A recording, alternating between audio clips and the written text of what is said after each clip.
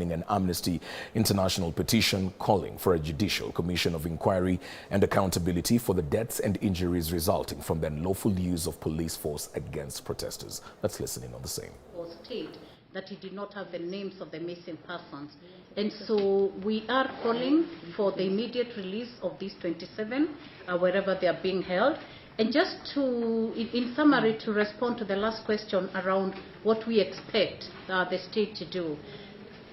This is a good opportunity for the new Inspector General of Police to put in motion respect for human rights, to respect, to uphold and to safeguard the Constitution of Kenya, and specifically Article 37.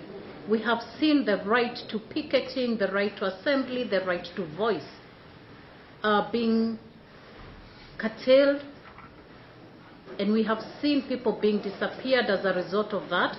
So our collective voice is that this would be a good opportunity for the new Inspector General of Police to ensure that policing in Kenya meets the standards that are required. Thank you. You have your constitution open. I think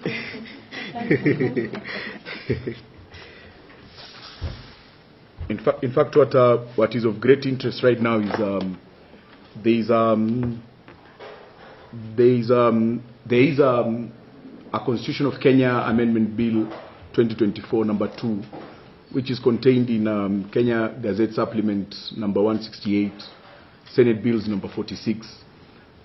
There is a likelihood that the events that happened on the June of 25th, 2024 will culminate in a lot of political movements, especially legislative political movements. And so even though we are ready and we are prepared to give our joint memoranda into this. Now let's circle back to our earlier update on NGCDF, where the National Assembly is today discussing a motion moved by Nairobi Women Rep Esther Passaris on the comprehensive reform of education bursary schemes to ensure free basic education in Kenya. The motion calls on the Minister of Education, in collaboration with the relevant stakeholders, to undertake a comprehensive overhaul of the education bursary system with a view of collapsing all bursary schemes and allocating the funds to the State Department of Basic Education for the provision of free basic education through capitation to be directly remitted to schools. We realize the gains made by the NGCDF bursaries, that it has brought equality in this particular country.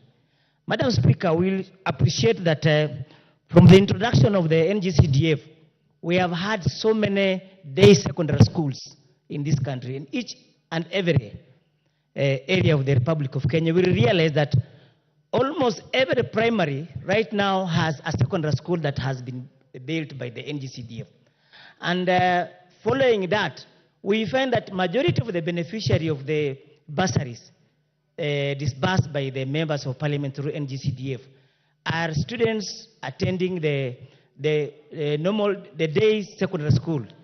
Majority of Kenyans who are able to afford school fees for their children, they normally take them to the boarding schools.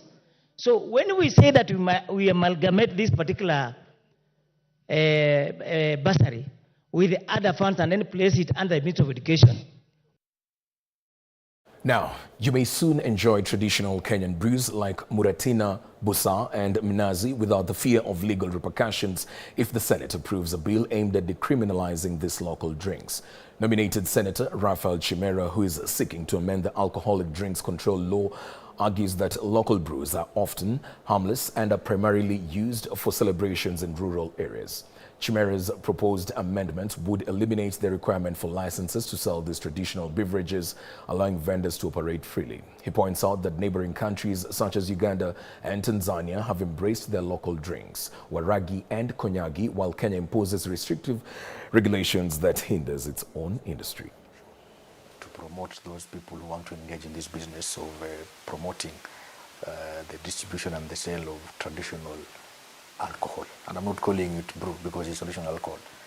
And what is the point of putting licensing requirements for these people? For instance, a mnazi seller in Mwangulu today, the law tells him or her that he needs to seek a permit to be able to sell his or her mnazi. But that permit comes with very stringent requirements.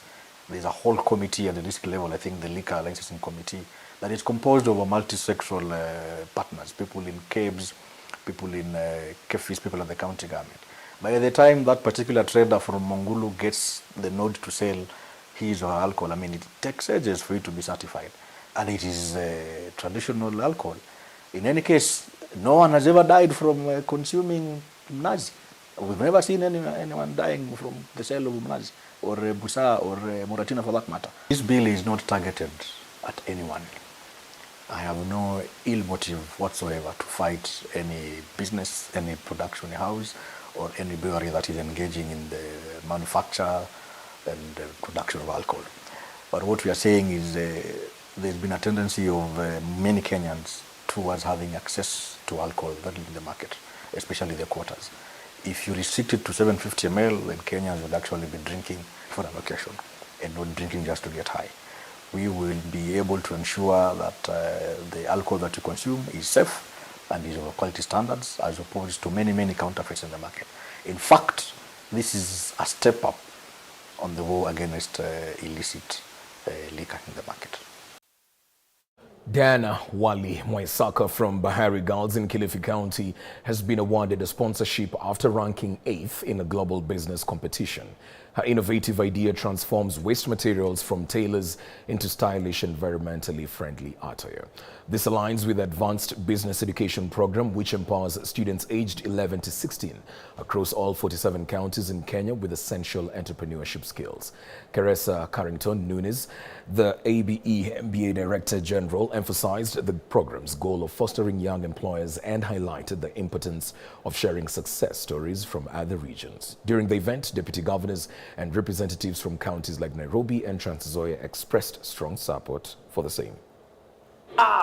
Programs on topics to students. We focus on taxation.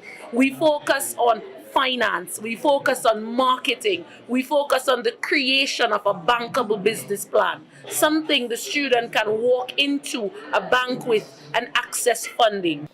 In November of last year, 2023, we had the privilege of hosting Kids MBA in 3 of our sub-counties. That is Rabai Sub-County, Malindi, and Kilifi.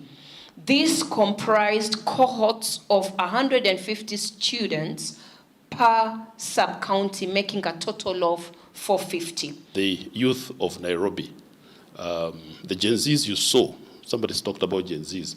They are all from the city. Some of them I know came from other parts of the country, but they're all from the city. And they all mean well. They want the next level development for themselves and for their families.